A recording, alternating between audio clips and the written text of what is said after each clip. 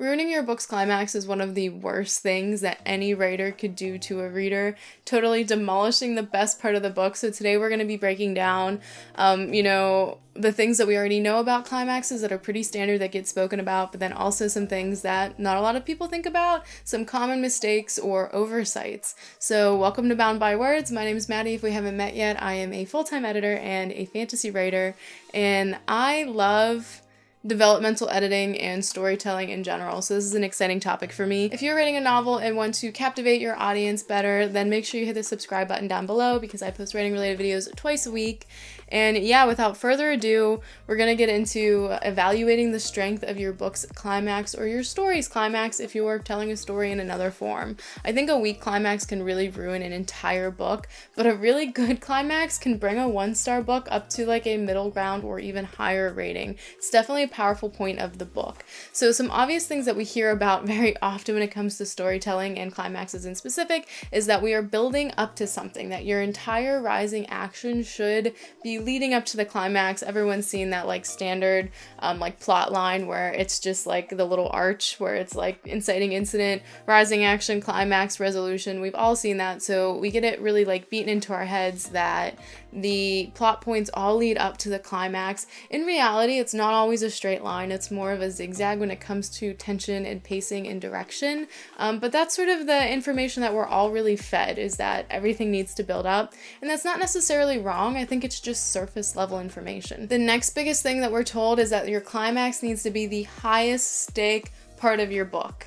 And my addition to that information, again, it's not really wrong, it's just very surface level. It's the highest stakes point of your book specifically for your characters, and sometimes it's not necessarily the highest stakes part as much as it is the highest tension part, and we're going to be talking about that a little bit more later.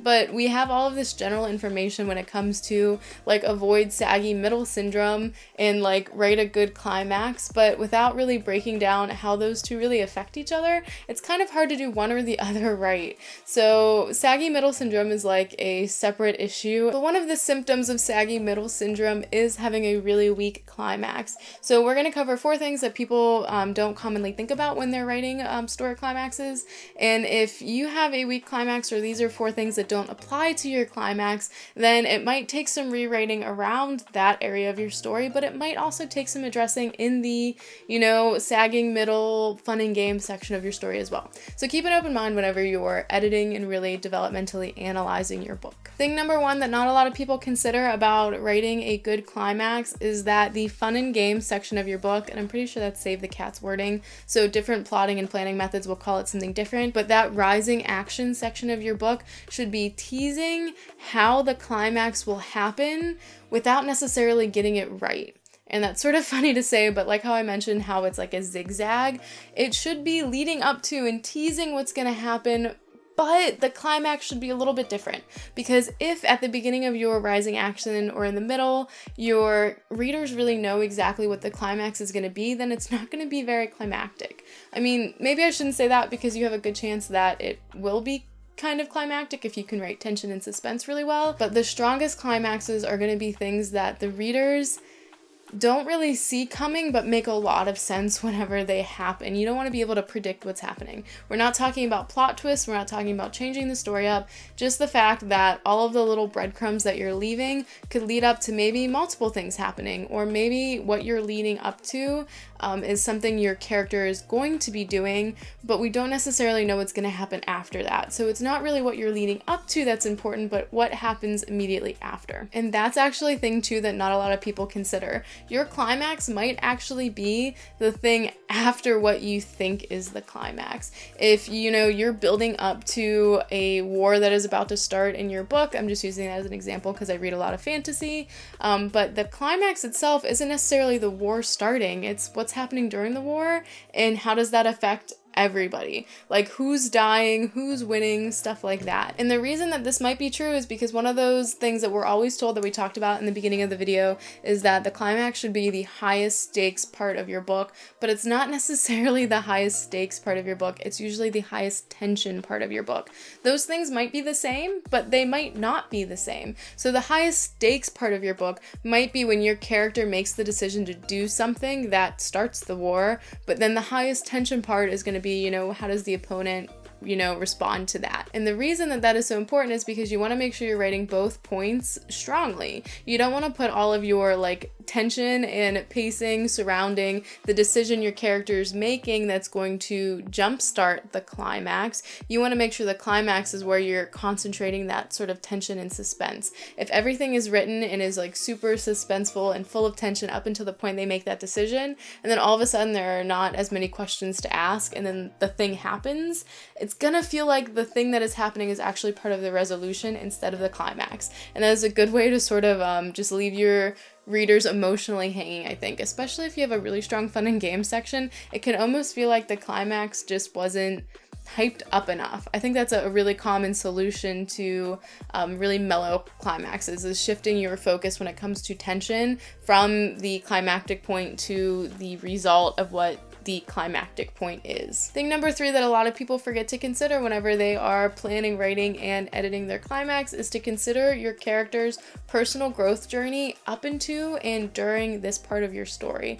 Doesn't matter if you're writing morally gray characters or super innocent characters. Doesn't matter if your story is character driven or plot driven. I think character driven is a little bit more common when it comes to novels nowadays, but there are plenty of extremely well told plot-driven stories. But even if your story is plot-driven, you still need to consider their personal growth journey. A lot of our suspense and our tension when it comes to stories revolves around, why are they making this decision? Are they going to make this decision even though they have this new relationship, whether it's romantic or otherwise? You know, a lot of that comes with the like politics and the intrigue and, you know, the testing emotional boundaries between people. The likelihood that your story only has one character and they don't interact with anybody is pretty slim. It might happen, but I don't know of any stories off the top of my head that do that really well.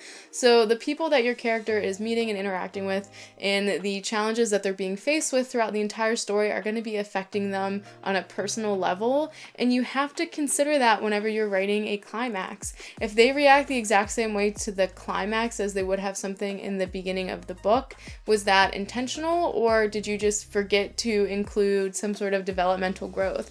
I think a good example of this is usually that like hardened character who softens up to either one person or a group of people. If they suddenly treat everybody very hard at the climax and like have this cold stone wall, it's gonna feel very off-putting because they have made these close relationships throughout the story, so it's not really gonna feel realistic. But if your character is cold and hard throughout the entire story, it would make sense for them to be a little bit more cold during the climax. Or maybe if they're cold and hard throughout the entire story, the climax is where they finally decide to be like a little bit more lenient with one person. So it's not necessarily that your character has to change or grow developmentally throughout the book during your climax. It's just that you have to consider where they are emotionally and if they undertook any sort of personal growth during the story or the journey, and does that affect the climax or not. Maybe they're very hard at the beginning and they softened up to a few people, and them being cold during the climax is a strategic way to add, you know, tension and pacing.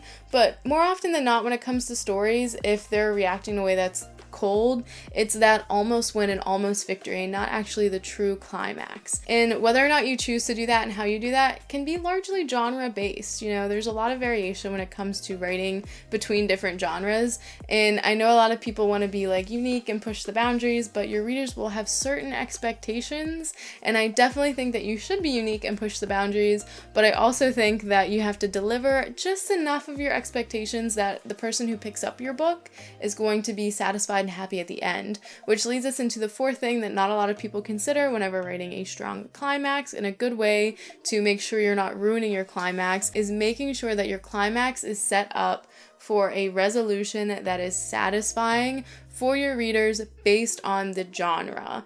I think the best example for this is that most people who read romance are expecting a happily ever after or a happily for now. And if you have a climax that is really just set up for heartbreak, or, you know, is set up in a way that the characters will never experience that happily ever after, but then you market your book as like a cute romance, it's gonna be a little off-putting. Now, it's not that this hasn't been done before and it can't be done well, just in general, you should make sure that your climax is a good set set up for your resolution. The worst thing you can do here is to make a climax that doesn't match your resolution, or to make a climax that doesn't feel connected to your resolution. I read a book once where there was a lot of like traveling and journeying, and there was a lot of training, and there was supposedly this big fight scene that was supposed to happen around the climax, and none of the main characters were in the fight while it was happening, so it sort of just skimmed over all of that. So I felt kind of gypped as a reader. I was like, I didn't even experience any kind of climax here. I didn't experience any sort of high tension point.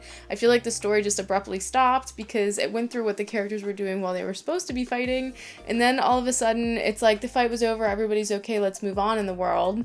And it was the weirdest sort of resolution that it didn't really make me feel like I read a whole story. It made me feel like I read a first draft. So make sure that based on your genre, the climax you're writing sets up for a good resolution, because those are the two parts of your story that your readers are gonna walk away thinking about. Because of that, if you write a really weak resolution or climax, because those two are very closely related, it could hurt your audience's desire to either pick up the second book if there is one, pick up other books written by you, or even recommend it to a friend. I would hate to recommend a book to a friend where when they finish it, they either would be disappointed or left hanging. And I'm not talking about cliffhangers, because even though cliffhangers can be kind of cheesy, I have read some books that I really enjoyed that have a cliffhanger that, even though I didn't love that happened, it was still very satisfying and I enjoyed the read because it had a strong climax and the resolution made sense. That's a good key tip. Bonus tip for writing a good cliffhanger. But I would hate to recommend a book and a friend's just like, it ended and I don't know if I liked it or not, because I'm a little bit confused about what I'm feeling right now. So you want to make sure you have a satisfying end for the reader. The satisfying end could be heartbreak, it could be tragedy. It just has to make sense with the story, and it has to hit the correct notes for the genre. If you're writing, you know, an epic fantasy and people die, that happens. You know, if people fall in love, that happens too. But if you write a romance and the whole thing is cute and cozy, and then at the end somebody dies suddenly, it's just gonna feel kind of weird. So make sure you're considering all of those moving parts when it comes to writing your climax. That way you're not ruining it for your readers. Like I said, it's one of the worst things that you can do as a writer. And if you enjoyed this video or you learned anything from it, then make sure you hit the thumbs up and hit the subscribe button while you're down there. I post writing related videos twice a week. My website and Instagram and everything else is also down there if you want to connect and talk shop. I'm also accepting manuscripts for this winter. So yeah, I'll see you guys next time.